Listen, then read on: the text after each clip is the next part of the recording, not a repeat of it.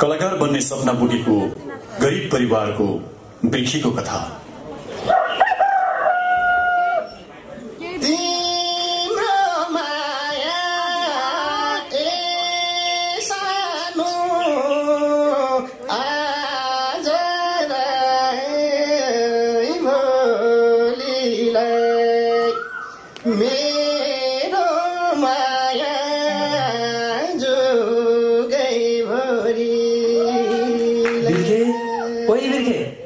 कति मिठो गीत गाएको है तैँले। ओहो गोपाल दाईको हुनुहुँदो रहेछ। सानोमा नि गाउँथिस्, आजभोलि त झनै मिठो गीत गाउन थालिछस्। गायक बन्छ त केटा? बन्न त हुन्थ्यो नि दाई, तर के गर्नु दाई, पैसा बिना केही नहुने। हामी गरिबलाई भगवानले नि कहिले हेरेनन् दाई।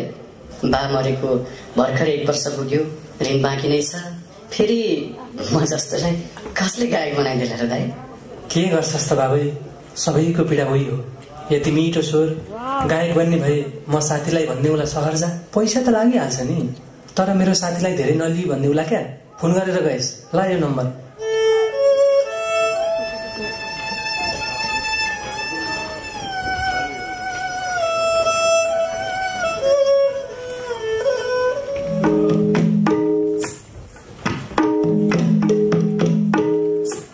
टोलाएको ए बिर्खे? ए के होइन आमा। अनि बाख्रा खै त आमा? मान्छे आएका थिए, ऋण तिरौला कि भनेर बेचिदिए मैले त। ला हो र आमा? ए आमा, अघि पल्ला गाउँका गोपाल दाई हाम्रै घर आएका थिए। मलाई गायक बन्ने भए सहर जा बाबु भनेर भने।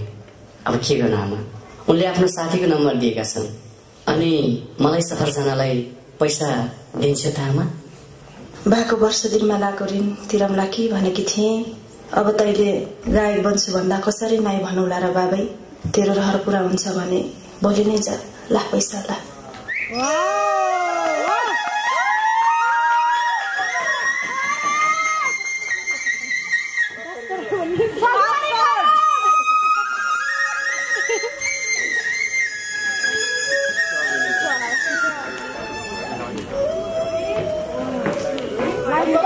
सेट बैठ बाहिर निस्केको छ। मोडल जस्तो देखिनु पर्यो अलि राम्रो। अलि च्यान्टो पर्यो, हिँड कपडा सपडा छिटो राख्नु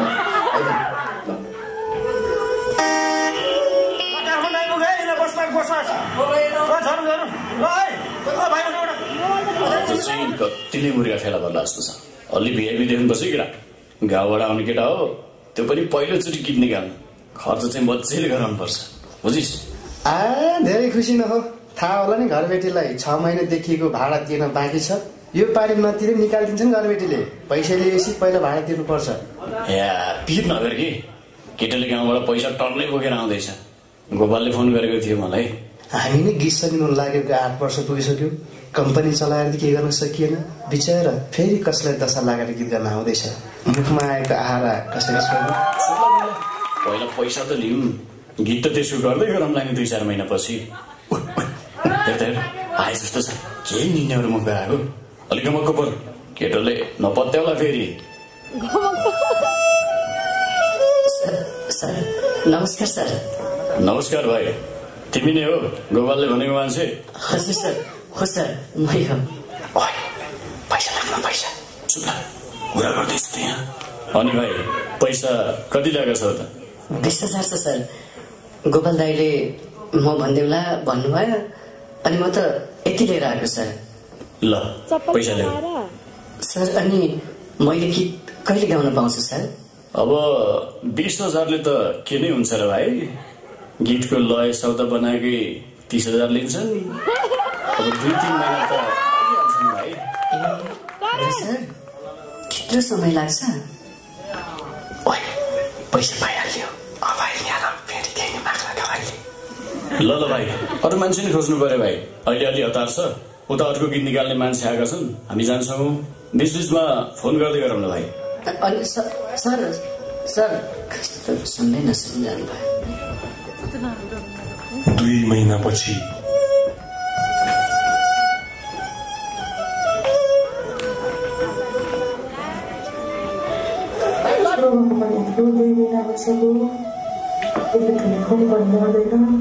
अन्त सबै चौकन्ने यसको डाँडा साइडतिर एकचोटि फोन गर्नुपर्छ कि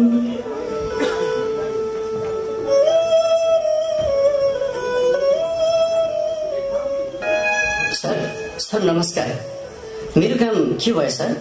या भाइ कति किसिस गरेको के तिमीले? भोइस फोन गर्छ कि म आफै? त्यस्तो किस रहेछ मान्छे यार। यत्रो टाइम भइसक्यो जुन होटलमा बसेको थिएँ त्यही होटलमा भाँडा माझेर खाइरहेको छु। अनि मान्छेलाई हतार हुँदैन? गीत कहिले आउला भनेर सबैले सोधिरहेका छन्।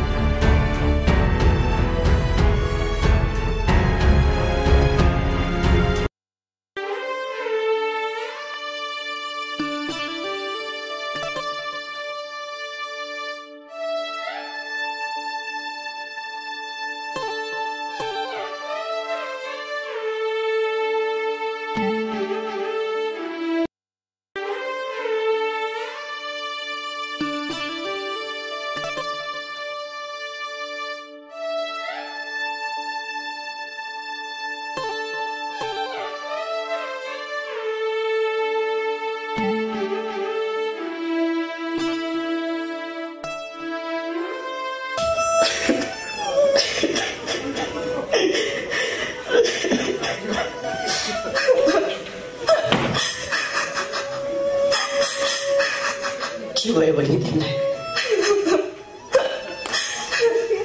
दाइ म ठगिए दाइ। गीतमा मोडल खेलाउँछु भनेर दुईजना फटाहरूले पैसा खाए अनि मेरो इज्जत नि लुटे दाइ।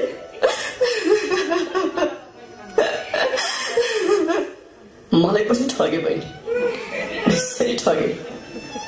हामी जस्तो केही थाहा नभएकाहरूलाई निकै गाह्रो हुँदो रहेछ यो क्षेत्रमा।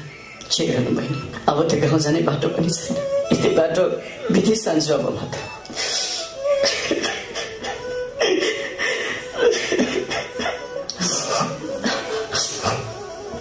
दाइ अब मेरो नि विदेश बाहेक केही विकल्प छैन।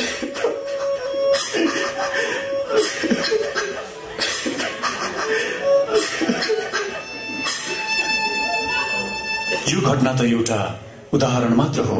हाम्रो नेपाली गीत संगीतमा यस्ता समस्याहरू कति छन् कति। त्यसैले गीत संगीत प्रतिको विकृति हटाउनको लागि सम्बन्धित संस्थाको ध्यान आकर्षण होस्।